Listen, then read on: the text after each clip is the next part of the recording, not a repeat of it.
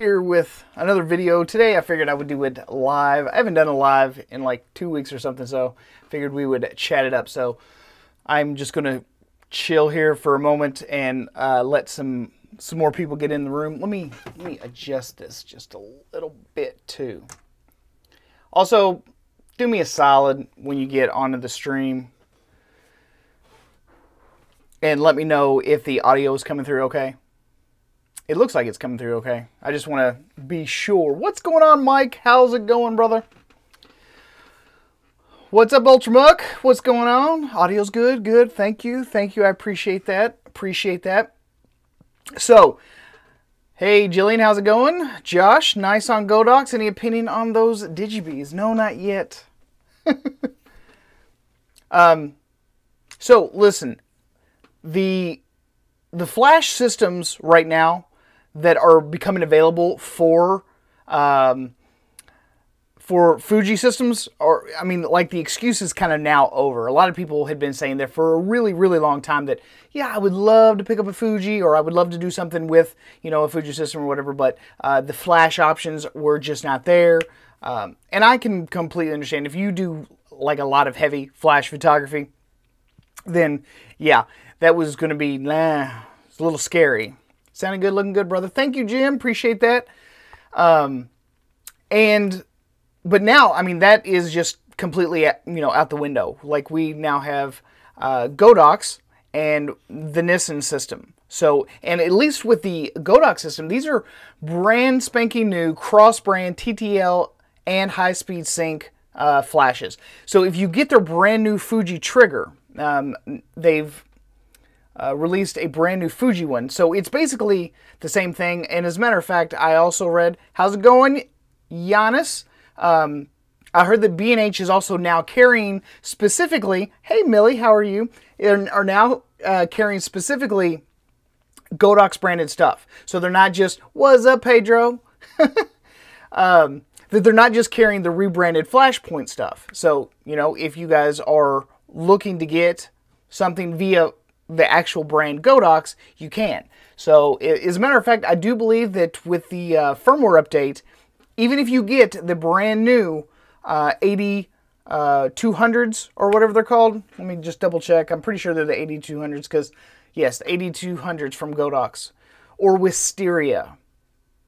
And they've also been rebranded, and B&H has carried these quite a bit for quite some time. They're usually called the Flashpoint systems. So yeah, so we've got a lot of options now. Honestly, I've just been doing manual flash up until this point, and I have not done a whole lot of flash photography. I got to be honest. Since I got the Fuji system, most of the time I've just been, you know, doing street photography, or I've been doing cityscapes. I have not done a whole lot of flash photography, and the couple of times that I have done it, I've just used my manual flashes. It was indoors anyway, didn't really need the high-speed sync or anything. But if you guys end up picking up any of this stuff, if you're a Fuji shooter or if you're looking to get into some flash photography, the Godox gear is pretty damn solid. That was the system that a lot of people that decided to switch over and pick up Sony was having to use there for a little while. And I also know that they were using another system called the King Pixel, which was ridiculously hard to find, by the way. Did anyone else experience that? I tried finding them all over the place. It's just like they didn't have enough, or they didn't realize that they should have probably made more, and just couldn't find it anywhere. Even looked on their website. I think that they did finally get some extra stock in, but I, like many other people, decided to wait on the Godox system, and I came this close. Michael says, I have a set of Pixel King triggers right now. I have the Godox ones. Which one do you like better? I'm assuming you're still shooting Sony. Is that right? But I came this close to actually picking up one of the sets of the Nissan system. But, you know, Godox, I seem like I have pretty good luck with their stuff. I've not had any major issues with their stuff. And it's in a price bracket that's a little bit more disposable. Like I said, I'm all about that disposable tech. You know, if I drop a $500 flash from Nikon, Canon, or the official Fuji flash, you know, that's ridiculous. And you're out a whole flash. And for the the price that you're going to pay for that one single flash, the Pixel King triggers sucked and were inconsistent in my opinion. Godox is good and inexpensive, pretty solid. Okay. But yeah, so if you drop or thrash an official flash, then you're out $400 or $500. But if you use these disposable flashes, I shoot in manual most of the time anyway, but it would, at times, be really nice to have high-speed sync, and now, if you're shooting Fuji, we got it. So Godox is now available for the Fuji systems. The Nissan systems are available with high-speed sync too. And of course, you could use Fuji's system, but I don't think that they have an off-camera solution. I think they just have the flash. I don't think they make triggers at all. So anyway, they've got a new version of the TT350 flash too. So if you like that smaller form factor, you know, those regular size flashes are nice. They're great, but they are huge. The TT350s don't really have that huge of a guide number. I think that they sort of hover in the round of around 36. And the larger style flashes hover in the ballpark of around 60. So if you need a lot of power, you might just want to go ahead and stick with what you've got, you know, as far as like the bigger flashes. But if you actually want something that's super duper light and to travel with, maybe take a look at the TT350S or the F. Godox setup was weird to set up. Initially, early adopter. After I got it done, it's been a dream to use. Good deal. Chad, let me find out here for you real quick. Apparently, they are taking pre-orders for it now. Let me see if I can find the link. As a matter of fact, anywhere you decide to go, it would really, really help me out if you guys use the links that I provide down in the description box below. Whether it's pre-order, whether it's buying your mama's, you know, whatever you buy for your mother, just use my links. It really does help me out. The firmware updated on June 28th that enables the TTL capable X series lineup to do the cross-brand TTL and cross-brand high-speed sync. Any of the brand-specific lights designed for Canon, Nikon, and Sony, all such as the V860 and the TT685S, can now function as a through-the-lens high-speed sync light, regardless of the brand triggering them. So as long as the master signal matches up with the camera brand, you're good. I swear I had the date of when it was going to be going. Let me just flip on over there and find out for you.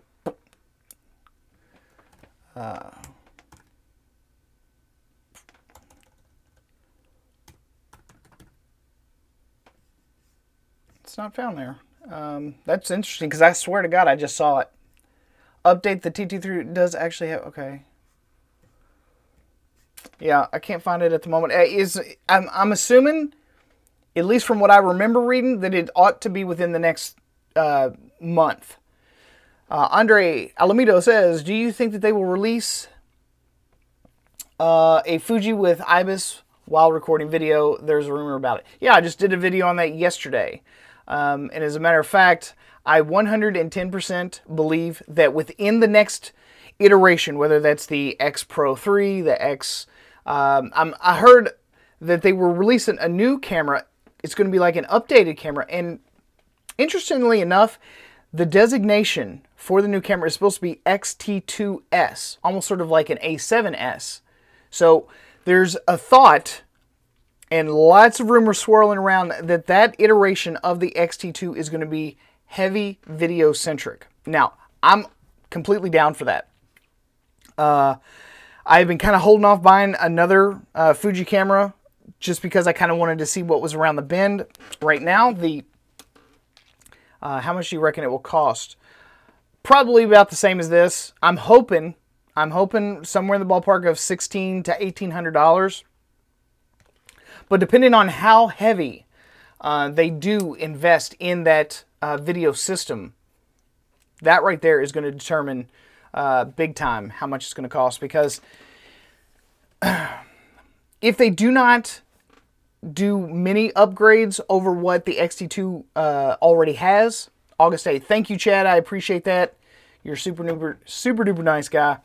If they don't do enough of improvements over the X-T2, it may not be worth it for most.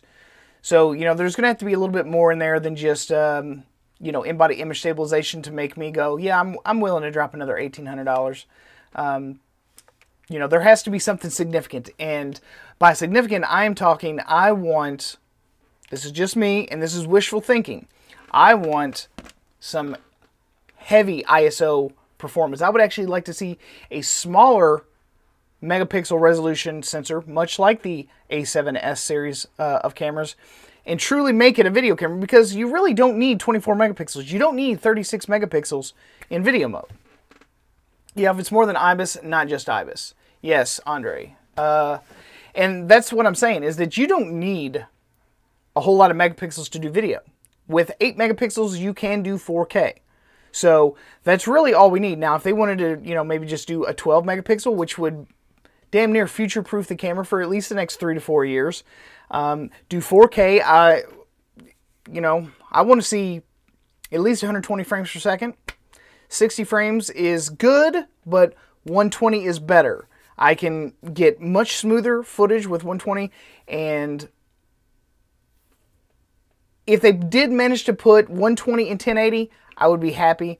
And if they managed to get the 60p in 4K with the 120 in 1080, I'd be happy as a lamb. I would sell, but I would probably sell. I'm not going to say that right now.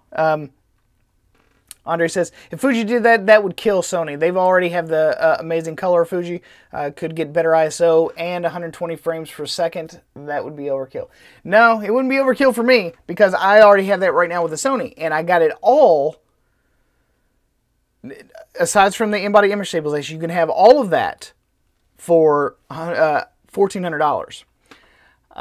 Adrian says, I'm stuck between the Lumix G85 and the Fuji X-T3. Which one would you choose and why? I shoot slightly more video than photos. People say the Panasonic is better for video, but why? If you're stuck between the G85 and the Fuji X-T3 and you do video, if you don't care about autofocus, if you absolutely do not care about autofocus, I would probably steer you in the direction of Panasonic. If you do any kind of vlogging video, if you really like autofocus, if you've ever tried a Sony camera and you know how good their autofocus system is, it's going to be really tough to adapt yourself to the Panasonic system, because the autofocus on their cameras are contrast only. They're contrast detect only. Whereas Fuji systems are phase detection. So they can actually track subjects that are phasing forward and backward, not just left to right, and it's not just contrast where like you've got stark color between the iris and the whites of the eyes. That's contrast. Phase detection is actually doing small little micro hunts between distances, and it's constantly tracking. So to me, it's a far superior system. That was one of the main reasons I didn't go with Panasonic. I really wanted it, but I mean, here's the thing. Panasonic's got a lot of good stuff going for it. It's got fully articulating touchscreen. That's the bomb diggity. Their lenses are pretty light and relatively cheap. Not so much here lately, though. They've been putting out some pretty expensive lenses here lately. But, yeah, they've got great like video functions, just not great autofocus functions. The G85 is a pretty solid camera, especially for its price. Not to mention you get that fantastic kit lens that comes with it. That was an extremely sharp lens. I mean, that's if you decide to buy the kit. And the color rendition of the Panasonic G85 was honestly really, really nice. I don't like the colors as much as I like the Fuji's. I didn't think that I was going to like Fuji's colors nearly as much as I do. But damn. So, hope that helped answer your question. Yeah, and as Andre just said, choose what's most comfortable for you to shoot with. I was stuck with the choice too, but I'm going with the X-T2. I love everything about that camera, especially with the grip. Yeah, there are some benefits, definitely. Choose one that makes you go out and shoot no matter what. Very good advice, man. That's exactly what I say. If the gear does not inspire you to go shoot, there's no point. Michael Way says, what's with no flippy tilty screen on the Fuji and Sony cameras? I don't know, man. I have no idea. I mean, Fuji's kind of got that, you know, crazy angle. You know, the, what is it? It's like when you put it in portrait, you know, you can flip it out. I'll show you now. Right there. See, it's got the, so when you're tilted up like this, you can still take your shots at waist level and still look down at your camera. So honestly, I've used it more than I thought I would, but I still don't use it as much as I think that I ought to. And I definitely don't use it as much as I think that I would if I used the flip around camera, or the flip around monitor rather. The GX7 was pretty amazing, low light and good, but autofocus sucked. Yeah, and I like the GX or the G7. That super duper light. The lenses are light already, so you know you've got really good video quality, just not really good autofocus. So yeah, I mean it really just depends on what where your priorities lie. How does the low light work on the Panasonic versus the Fuji?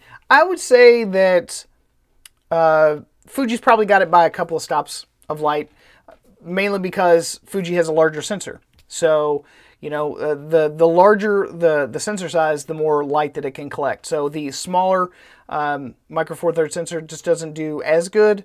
Now, once you get up into, say, like the GH5, it does have significantly better ISO performance, but then you're stepping up to a whole new category of camera. So, you know. Millie says, Andre, oh, she's talking to Andre, okay. Andre says, not as high as Sony, but you get really great quality. And Michael says, the A5100 has a front-facing screen, but it doesn't have a mic port. Might just get that one for blog-type stuff and use a Zoom H1 or something.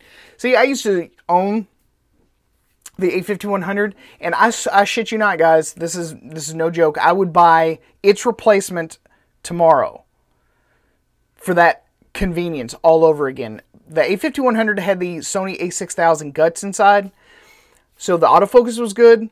The phase detection was really accurate, super duper snappy. The issue that I always had with it was no mic port. And I use these lavalier mics all the time, and it's just, I mean, I've got this thing plugged into my phone, but I can't plug it in to a camera that I'm paying, you know, $500-600 for. It's just, it doesn't make any sense. Everything should have mic, headphone, and flippy, tilty touchscreens for vloggers. I mean, we all do some level of self-video now. There's no reason to not have those features. At least in the 1,000 and under category of cameras, right? I don't know. Maybe it's just me. But I do video every single day of my life. It just makes a whole lot of sense to have both the flip-up screen to make sure composition and stuff is good, and to have a mic in jack so that I can do run and gun, whether it be with like the Rode Video Micro or the Rode Filmmaker Kit. These are just super duper light, and they're just convenient. Like, they don't weigh anything. Toss them in your bag, use them anywhere, use them for vlog, use them for professional interview style stuff, use them for scratch audio. And honestly, I like the sound of this, honestly, better than the Video Mic Pro. Call me weird, but I really do. I hate that I have to keep pulling up this chat. I wish it would just stay there. Andre says, if you forget about vlogging, do you think a flip screen is needed? No, not really. Yeah, I mean, if you're comfortable just holding the lens and pointing it at yourself and, you know, that's it, yeah, you don't need the flip-up screen at all, yeah. Adrian says, what is the most ISO you can use on the X-T20 in video without too much noise? I personally would not go any higher than... it also depends on what lens I was using too, so we have to keep that in mind. If I was using, say, like the 16-1.4, which I have around here somewhere. Oh, it's right here. Ah, here's the X-T20 with the 16mm f1.4 on it. And I would comfortably use, I might do a couple of ISO tests with this camera and kind of compare it against the Fuji X-T2. But thus far, the few little things that I have done as far as video is concerned on the Fuji X-T20, I would be 100% comfortable going to 32. It would be A little questionable at 64 depending on the lens. But if you were using, say, like the 18 to 55, because it has optical image stabilization, you could probably ratchet down your ISO and get a little bit of better performance just because you would have a stabilized image. So I'm telling you, if you guys are ever thinking about getting into the Fuji system, I have now been with Fuji for around 2 months now, and the 18 to 55 is hands down, end of story, by far the most underrated lens in their lineup. It is a ridiculously good focal range. It's a 2.8 to 4.0, and it's optically image stabilized. So even though it's not a 2.8 16 to 50 lens, it's amazingly sharp. Almost imperceptible differences in sharpness between that lens and the 16 to 50. Or is it the 16 to 55? I can't remember. There's two lenses that are right there. One's kind of bad and one's really good. I think it's the 16 to 55. And then the 16 to 50 is the cheaper one. But the sharpness is so imperceptible, honestly, that I think that the vast majority, probably 98% of all photographers, could probably get away with just the 18. I mean, this is the best kit lens on the planet. That's a bold statement. Man, that was really bold. Yeah, this is the best kit lens on the planet. And I have tried a lot of kit lenses. You know, if nothing else, just to have a couple of knockaround lenses just in case, you know, something happens to your good stuff. At least you could, like, finish the shoot.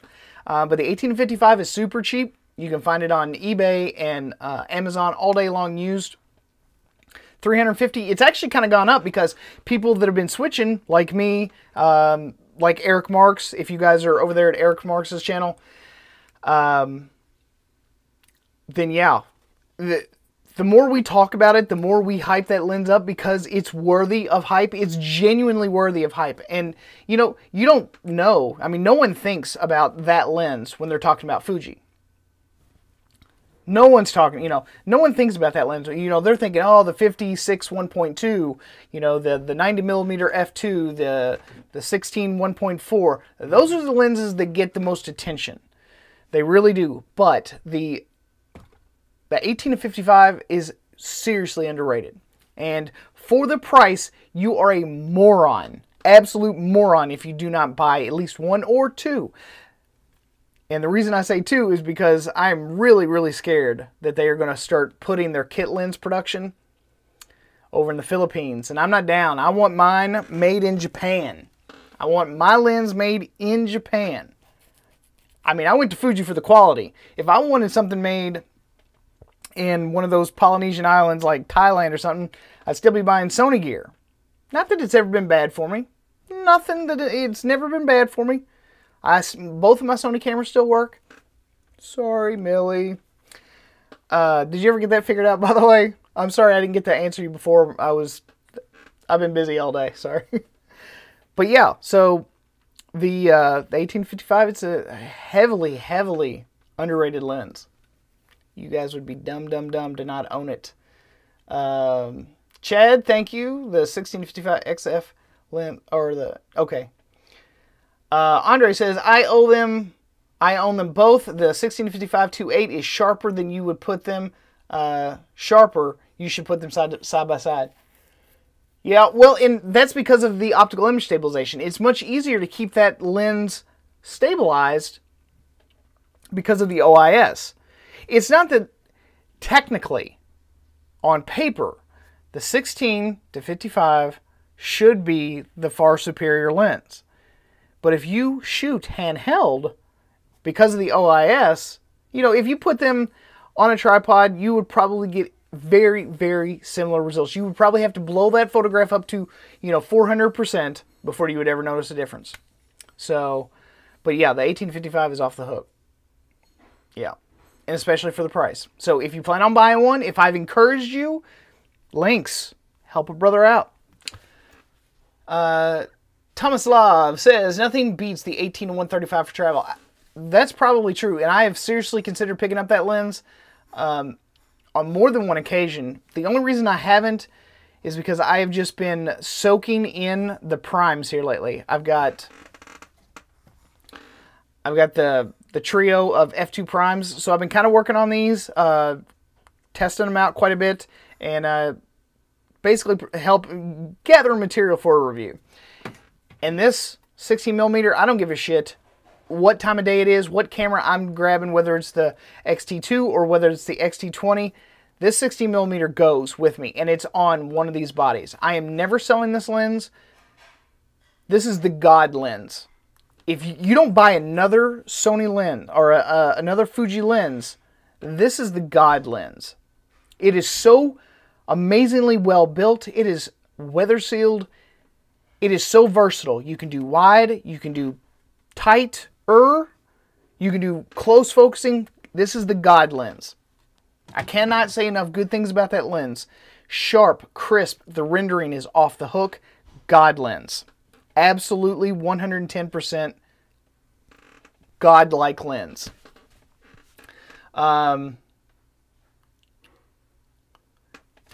Let's see. Adrian says, if I get the G85 with the kit lens, it feels like I'm going to want to upgrade to a faster lens and then just forget about the 12 to 60. The 18 to 55 from Fuji seems to be more future-proof.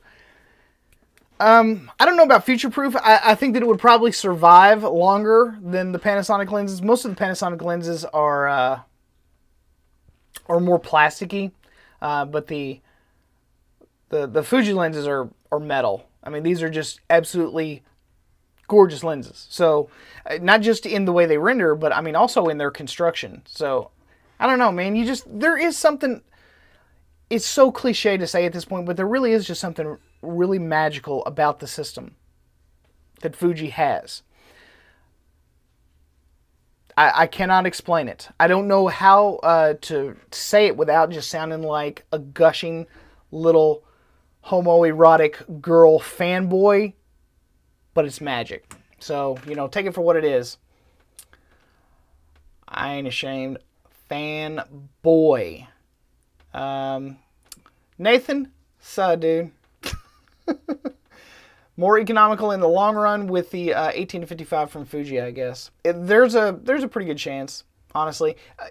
To be perfectly honest with you, man, any lens that you pick up from Fuji, you'll never be disappointed. Never be disappointed. Josh says, what would your wish list be for the X-T3? Oh, God, man, don't start with me. I just got the X-T2 2 months ago. What would my wish list be? Okay. I already laid out most of my issues with the X-T2 in my X-T2 review. The only thing, in my personal opinion, that the thing is lacking is things that suit video shooters more. There are a couple of just like little tedious things, you know, just really, they're minute. I mean, there's not that much to complain about with the camera. It's just, it really is, it's the video. A lot of times I'll just always grab for the Sony because I am far superior in its use and its function. It just makes it so much easier, you know. So I usually almost always grab for my Sony a6300 with the 19mm Sigma lens when I'm doing like these style videos. But other than that, there is not that much to complain about. Like I said, it is a little bit quirky. One of the biggest things I have noticed is that I cannot switch from continuous autofocus to manual autofocus by hitting this switch after I've gone into video mode. So that is just, it's just dumb. As soon as you flip over into video mode on the Fuji X-T2, you just absolutely can't change any of your settings. You have to swap back over into a photographic mode in order to get that.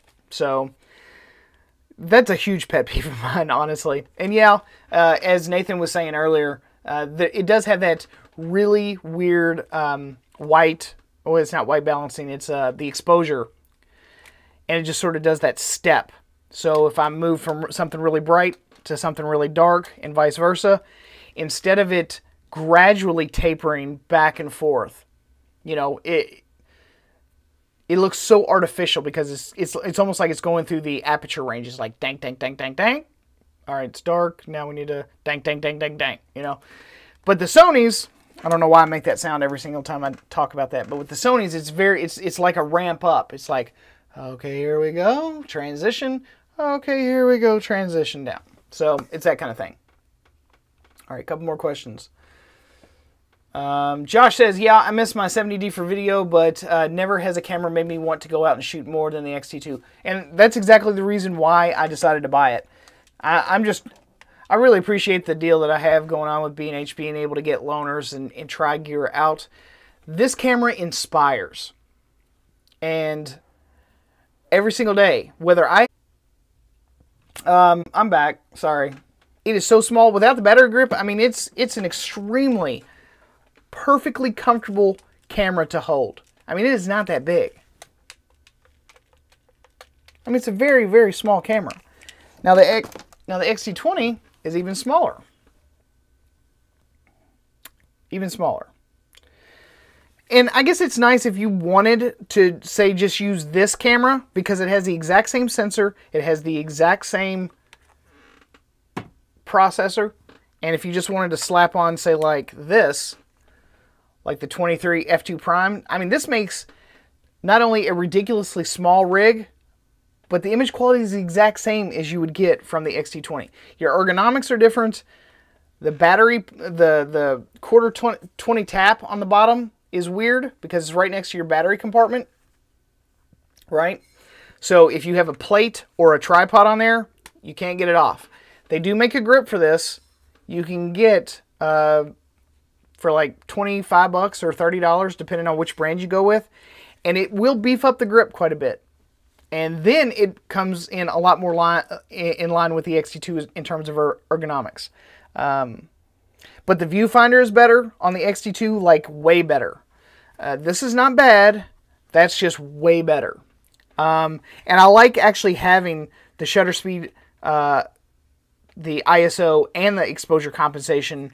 I like having all those readily available right on top, whereas here you actually just have a mode dial, which isn't bad, you know, because you can set your ISO to auto and it would work just fine. And I do that a lot with the X-T20, just so I know what I'm comfortable with in certain situations, so I can actually set an ISO range that I'm going to be comfortable with depending on the lighting situation that I'm going to be in, whether it be, okay, I want my images to be really clean, so I want no more than 800 ISO, or, you know, I'm going to be in a slightly dark room, so I'm willing to accept, you know, 1600 in this situation, or it's going to be pretty low light in that room. I want to accept no more than 3200 ISO. So having those types of features are really convenient, and being able to switch to them pretty fast. You can actually set them up to be in your quick menu. So it's really easy to get to. Or you can set it up in your own specialized custom menu. So let me see if I got any more comments here. Hope that answers your question again. Can it compete with the GH5? That really depends, man. The GH5 is a different camera. You don't buy the X-T2 specifically for video. You buy the X-T2 because you love to shoot stills. It does 4K video. It does it extremely well. It doesn't overheat. As long as you're going to be controlling the camera, you're going to be fine with either one of these systems. I think that the Fuji lenses and the sensor size is better for me. I'm not shitting on Panasonic. I love Panasonic. They've done some amazing things with the GH5. It's all about that autofocus for me, and the lenses and the sensor size. But I shoot stills primarily. Now, I do a lot of video, but not in a professional capacity enough to warrant getting something that's more video focused. And that's what a Panasonic GH5 is. I mean, they don't build zebras and false color into stills cameras. They just don't do it. That shit is heavily targeted towards video shooters. So, I mean, you really just have to kind of ask yourself what you do the most, what your budget is, and what you're willing to compromise on. And then go to a camera store and get both of them in your hands. Better than that, rent it.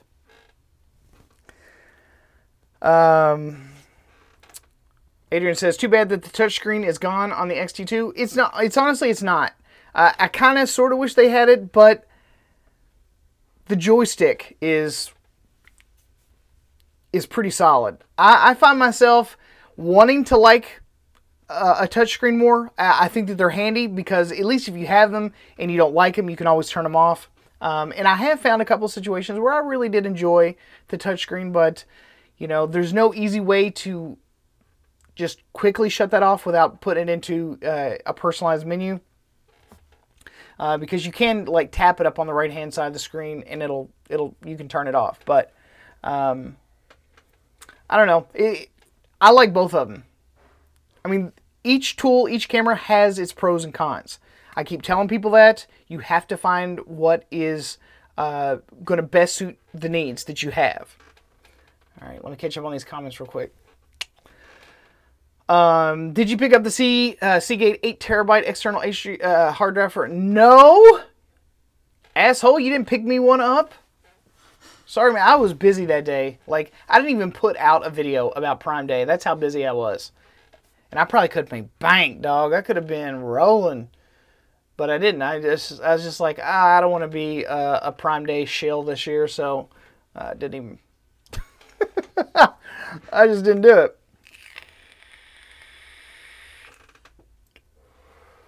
Nathan says, Vlog is incredible as well. Looks like a movie in the theater. I just wish it had phase detect. Me too. Seriously. For video, I probably would have invested in a Panasonic system if they had put phase detect in that effing camera. I came that close. That close. And then I took a big shit on the camera on my YouTube channel. Got a lot of hate for that one, though. It was good. It was good. Adrian says, does the X-T2 have a log profile? What is the most flat profile on the X-T2 and the X-T20? You can do a F-log with the HDMI out only. You cannot record log internally. But I fully expect Fuji is going to be changing that in a future firmware update. And Fuji is excellent about supporting their gear after the fact. So, I do not think that the X-T20 has it, but I am not 100% for sure. I have not used it long enough, and log, I never use log because it's such a pain in the ass to grade. I can use something that's just flat. 9 times out of 10, if I want to shoot something that I'm going to be doing a lot of processing on, I'm just going to use the Pro Negative. I think it's the high. Let me just double check. Nope, it's not the high. It's the Pro Negative Standard. And then once I put it in Pro Negative Standard, I go to my quick menu, and then I turn the highlight tone all the way down to, I think it's -2. I turn the shadow tone down to -2, and I turn the sharpness down to -4. Yep, -4 on the sharpness.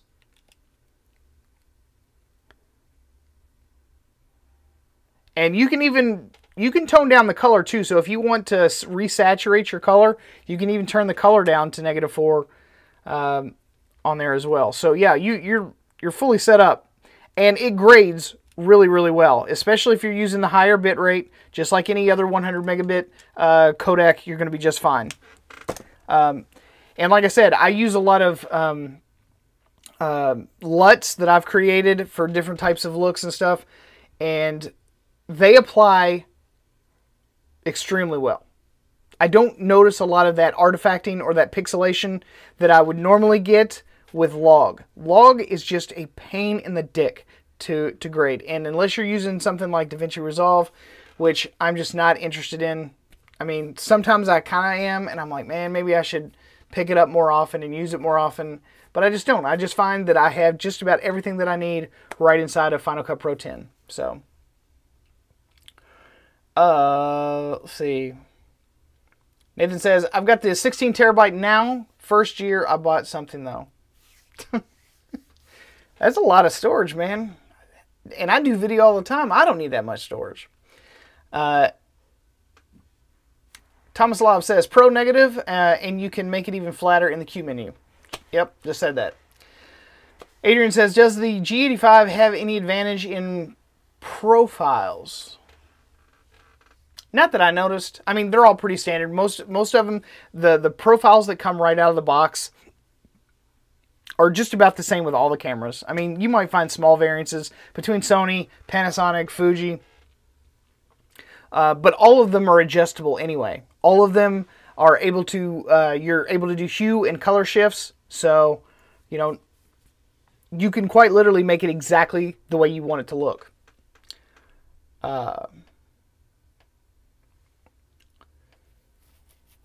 Nathan says, spent less than $500 on it, and I've got two NVMe 500 gigabyte drives I got on sale, the 960 EVOS. Maybe spent a total of $400 on my drives. Hey, man, that is not bad at all. Not bad at all. So, I am probably going to be taking the weekend off, so I'm going to budget king or get the fuck out. That's right, man. Kane's Confession says, do you believe that Magic Lantern will be able to give the Canon 80D 4K? I know one of the Canon higher-end cameras didn't have 4K until the Magic Lantern update. I don't know, man. I am not a Canon shooter. I'm sure it's possible. I mean, if it's been done before. I mean, the firmware hackers are always busy with Canon's cameras. If they're able to do it, that would be one of the biggest reasons that Canon could probably save itself. As a matter of fact, I probably would not be surprised if Canon is not secretly funding part of Magic Lantern. They have just had a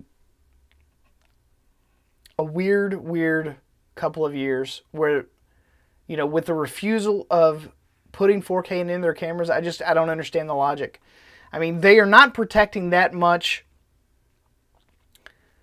income, because it's not like droves and droves of people are buying their cinema line of cameras. If you were going to buy a cinema camera,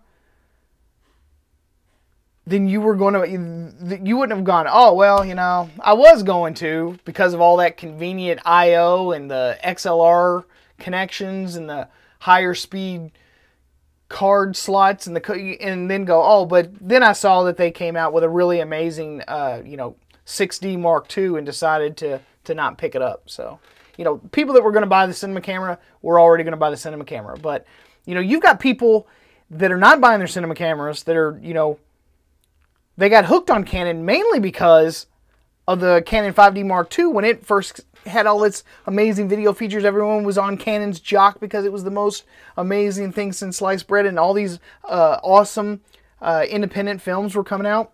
And I was one of them. I was like, damn, I really like that. Damn, I really like that. I never bought one, but I really did like the colors and stuff. So Canon had something really amazing going with that camera, and then they just took a shit on it. I mean, they have really screwed the pooch. I mean, it was really bad.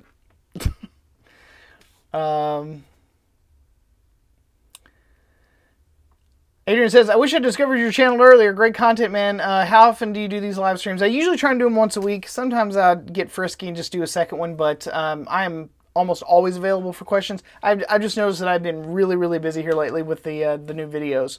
And if you guys have been liking the new format of some of these videos, you know, seriously, when you see your favorite content creators making something that you really enjoy, say something nice to them. You know, let them know, hey man, I really like this video.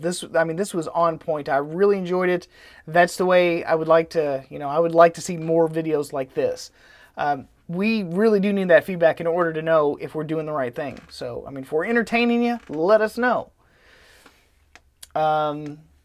Nathan says, what's messed up is the 6D Mark II is capable of 4K Shit, it's got 4K time lapse. I know, right? I mean, it was so brutal, man. I mean, the big finger was that, hey, by the way, you've got 1080p, but you can grab 4K stills. I mean, who is the sadist over there at Canon? I mean, honestly. And who are the masochists that are still buying them? Man, I got so much hate for that Canon 60 Dead on Arrival video. Nathan says, I'd watch 70 days a week, broski. Dude, you need to get a job. I'm just kidding. I love you, bruh.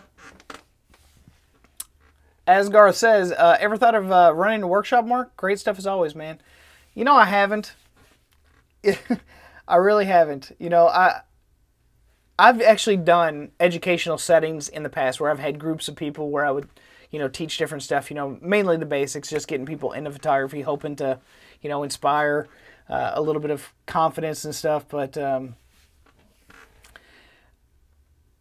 always feel like such a pretentious prick if I go, look, everyone, I'm going to stand in front of you and I don't have a fedora though. And be that guy. I just don't have it.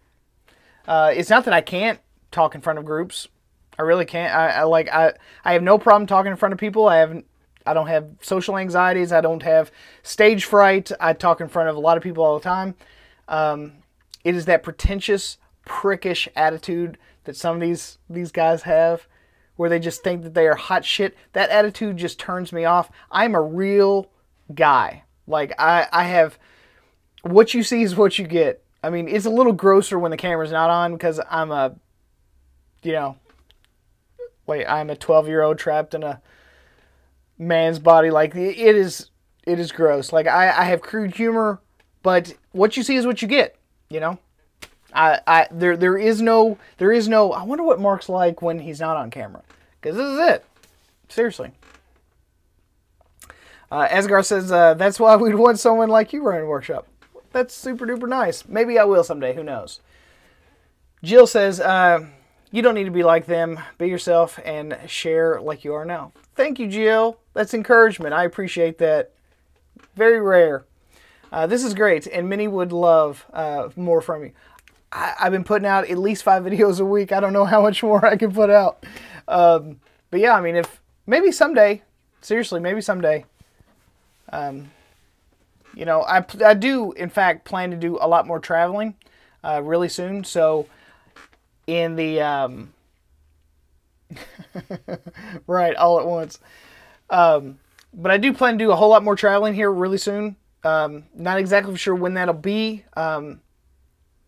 But as I travel, as we decide to go to different places, yeah, maybe I'll kind of set up a workshop or something in advance. I mean, that's definitely something to consider. I mean, I would love to start meeting, you know, some of my viewers. I mean, I have talked to some of my viewers. I mean, I've been on the internets for like, at least on YouTube. I've been on YouTube for, let's see, 2011, 6 years. I started my channel in April of 2011.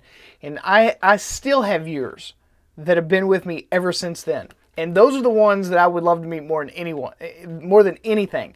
Because those are my ride or die mother effers. You guys are my fam. Nathan says, bro, I'm not far from you. I show up to a workshop. Yeah, but you'd miss work. Tony says, still a Sony shooter, but I still watch you and all your Fuji stuff. That is so nice of you, Tony. I mean, dude, I'm telling you, it's only a matter of time. You're going to pick one up one of these days. And you might still have your Sony gear, but you're still going to, you will have a Fuji at some point. Zoom Chris says, bye, Mark. I mean, hi. Man, it's been a little while since I've seen you. Nathan says, nah, bro, scroll up. My job is watching your videos. That's what I'm saying. You're going to miss work if you come to a workshop. You're going to miss the videos. Raw Gray Sun says, just tuned in. What happened? Nothing happened. Chris says, all good, bro. Fighting the heat. Right? It is absolutely oppressive outside today. Hey, what's going on, Eric Marks? I'd do a workshop with you. Would you really? Could we Do you want to be the big spoon or the little spoon? Nathan says 88 degrees Fahrenheit here. I don't know what it is out here right now. 89. Thanks, Chris. I am doing well. Although I did lose my favorite duck yesterday. It got killed. I don't know by what, but I think it was a hawk. So. 2 big spoons. Yeah, he was my boy too. I love that duck. I'm depressed. I almost didn't do a video yesterday because I was so depressed. I was heartbroken. I'm out there in the yard trying to care for he was already dead, but I was talking to that dead duck like a moron. I'm just like, Goose, are you okay? Yeah, it really does, because those birds, they all have their own sweet little individual personalities, and I am like a militant animal lover. Now, I am not anti-hunting or anything. I know people got to eat and all that kind of stuff, but there is absolutely no way I could just kill an animal just for the sport of it. I got to be hungry, and I would. I would kill Bambi and her babies all day long if I was hungry, but I am not hungry. I have plenty of food in the fridge, but yeah, my poor duck. And we just dug a pond for him today. I had my stepdad over with the skid loader. We dug a nice big duck pond. It's probably about 30 foot by 15 feet in diameter, something in that area, because that's not really a diameter. Anyway, and I just kept looking back there where I had dug his grave, and I was just like, oh man, he would have loved this today, and he missed it by 1 day. It's just sad. I don't know. I suck. I'm getting all soft and shit in my old age.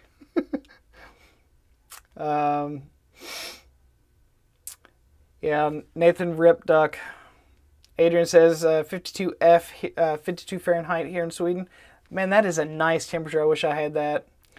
Nathan says I'm anti-bugs, and I am too, and that's the reason the ducks are fantastic. They will eat all the bugs, but not mess with any of your garden plants. So that's a big plus. Chris says, when are you going to send me a new Fuji lens? Dude, what you talking about? When are you going to send me some new Fuji lenses? Eric says, hey, just saw your comment about waiting all night for me. Did we have a stream scheduled that I forgot about? No, dude, don't you remember? I said, oh, you're so sweet. Do you want to make out? You said, yeah, that you were going to drive up here. It would only take about 4 hours. Waited all night. What the hell happened to you? Zoom Chris says, I'll trade my A7R Mark II for Fuji stuff, hopefully soon. Dude, I knew it. I knew it. Well, once you start using the quality of the Fuji stuff, it makes everything else just not as good, man. And I don't want to sound cliche or repetitive, but there is something dope AF about this gear. Seriously. Nathan says, haven't been a huge ant. Been having a huge ant issue. They think we're friends at this point. Well, you got to go outside and spray them and quit doing your job. Quit your job and go to work. Yeah. Eric says, laughing out loud, I got distracted looking at your freaking black and white work. Right? Dude, I'm so black and white pro. Nathan says, I stroke my small HD focus while I watch the stream. And I would too, man. As a matter of fact, if these goddamn camera companies don't start putting fully articulating touchscreens in all their cameras, I'm probably going to end up buying that small HD focus. At this point, it's probably 100% worth it. It's small enough, it's light enough.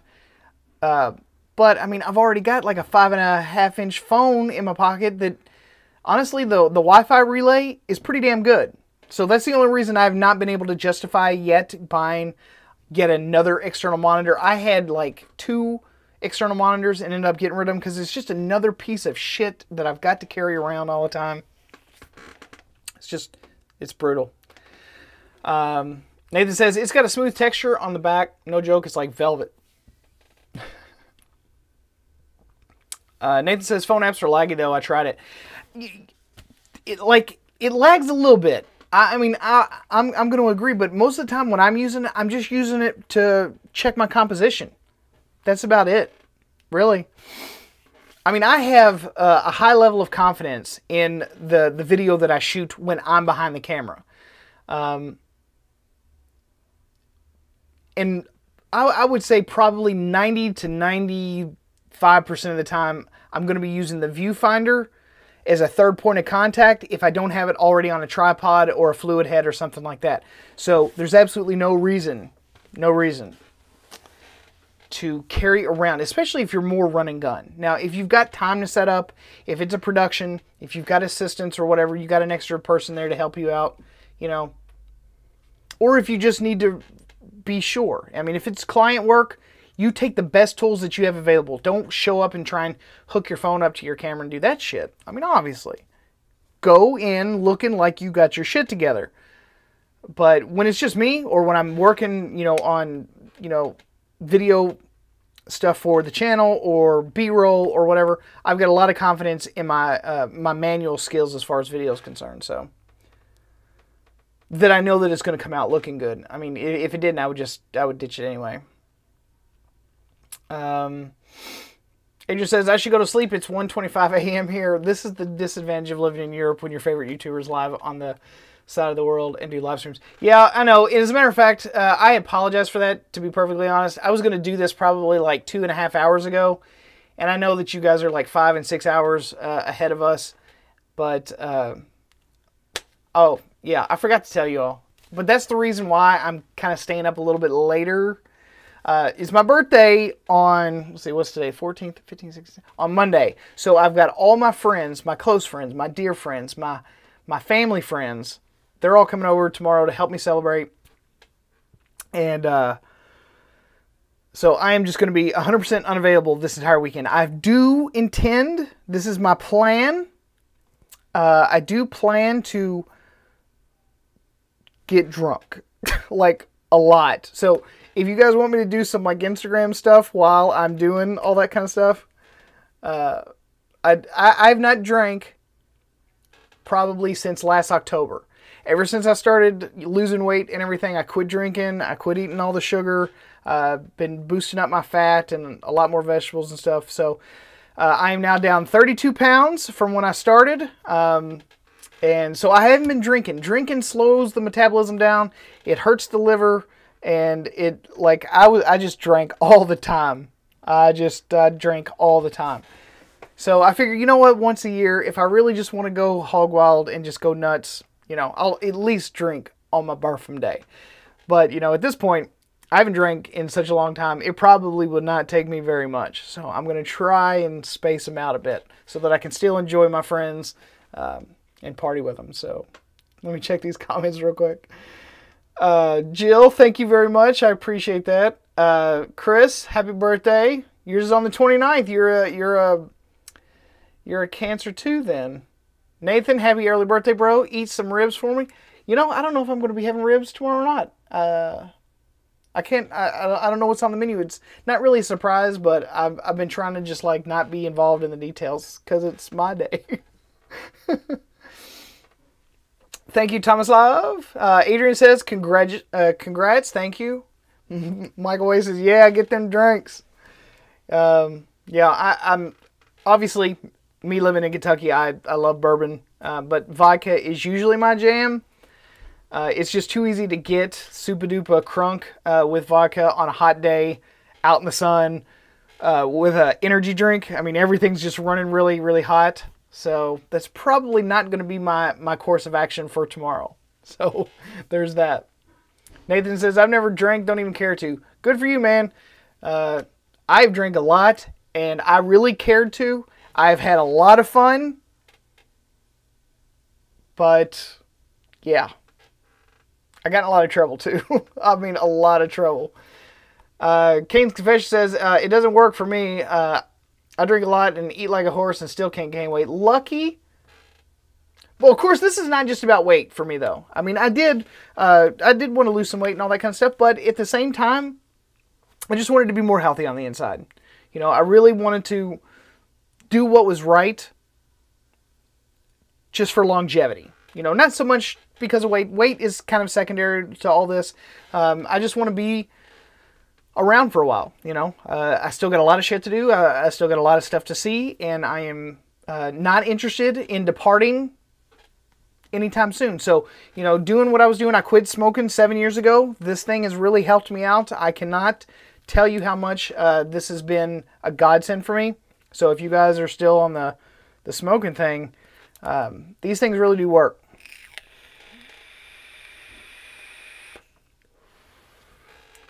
Really do work.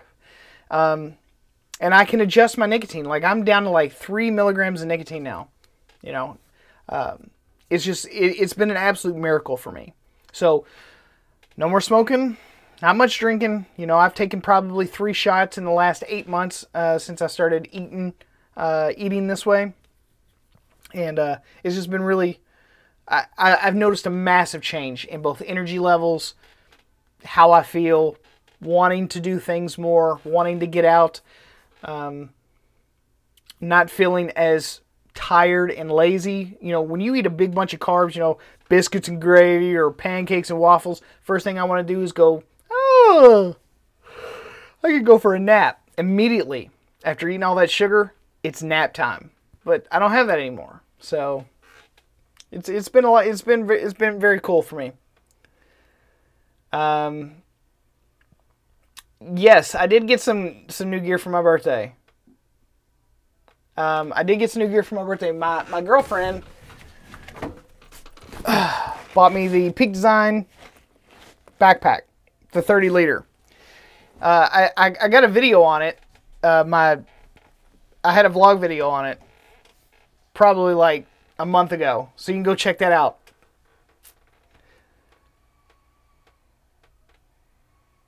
Asgard says, congrats. Thank you very much. Thank you. Oh, yeah, that's right, Chris. You're right. Cancer ends on the 21st. So you're a Leo. But your birthstone is still Ruby, like mine. Nathan says, shit, I'm good enough at being dumbass. I sure don't need alcohol. But yeah, I was too. And honestly, alcohol probably just made it worse. So, Chris says, you also promised me you'll hook me up with a vape. No, I didn't. When did I say that? When's my birthday? My birthday is on the 17th. My birthday, all right, I'm going to tell y'all. First of all right, let me see if I look nice. Do I look nice? Everyone think I'm...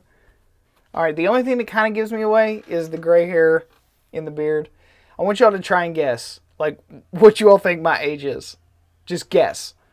No more comments, just guess. There's no prize either, so just...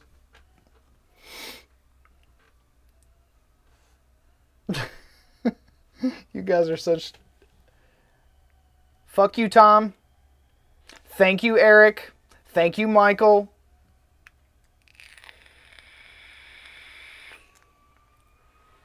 I'm waiting for Nathan to leave me a smart-ass one.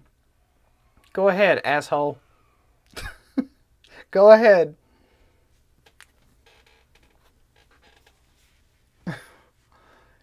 Come on, Nathan, guess. Chris, I want you to go kill yourself. You are an asshole. Nathan, 35. Aww.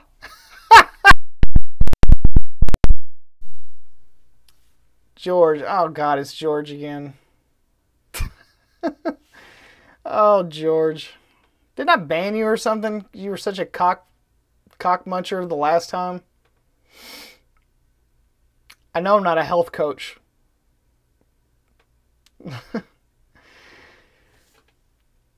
I don't know where Dunny's at tonight. I think he probably crashed out a little bit early. All right, so here's my birthday. My birthday is 7/17/77.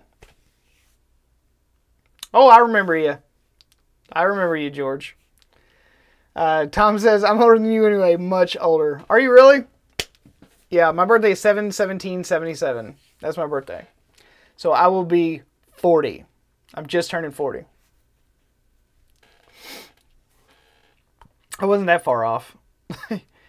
Yeah, you weren't too bad, and I appreciate it. That was super duper sweet, though. Chris says, you're 1 year older than me, man. You're an old fart. Yeah, George, and you're a cock gobbler. Yeah, can you believe it, Eric? Seriously, do you believe that? Do I look 40?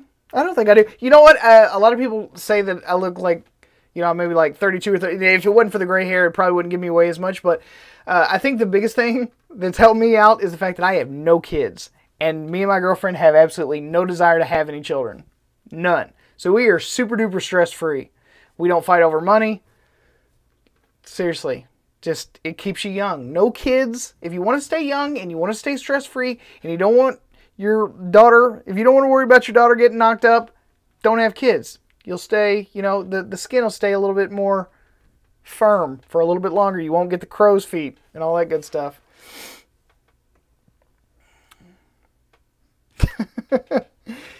I'll be 28 in February. God, the goofy, ridiculous shit I was doing when I was 28 years old.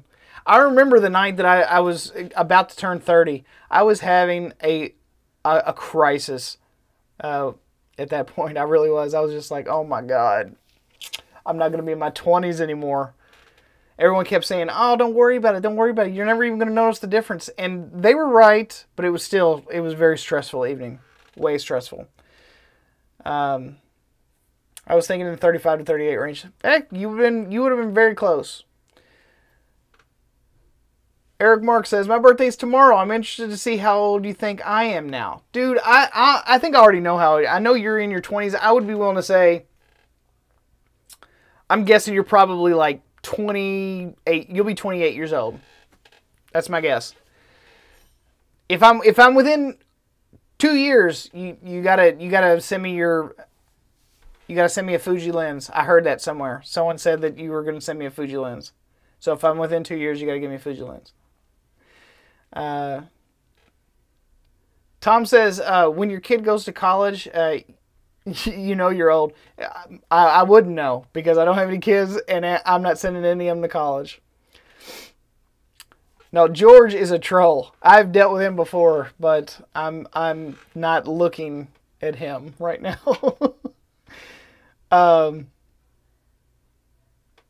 Chris says, I could have bet you're younger than me, man. Can't believe this shit. Dude, quit making such a big deal out of it. I'm not that old. I'm still sexy. Eric says, I turned 29 tomorrow. Very close. Wait, it's my birthday, so that means I get your 16mm 1.4, right? That is a hail to the fuck no. No. No, my 16mm, my precious. It's my precious. It's never going nowhere. I just got done telling everybody, this is the lens, like, I'm never selling this damn thing. Ever, ever, ever. So anyway, guys, what time is it? Yeah, it's getting late. Yeah, so I'm going to take the whole weekend off. I'm not doing shit. Absolutely not doing shit except hanging out with friends. I'm going to be working on nothing camera related. Just going to be enjoying good time and good food with good friends and good family. And that's going to be all of it for the weekend. If everything pans out, I should, in fact, have a new video up on Monday. And by the way, if you would, please let me know how you guys have been liking the last few videos that I've been putting out. I've been trying a couple different formats. I still like doing my live streams, and I still like doing some of the, you know, on-camera talent style videos. But I really have been kind of liking the more intellectual, you know, sort of like news and information related videos. And if you guys have been digging them too, you know, let me know.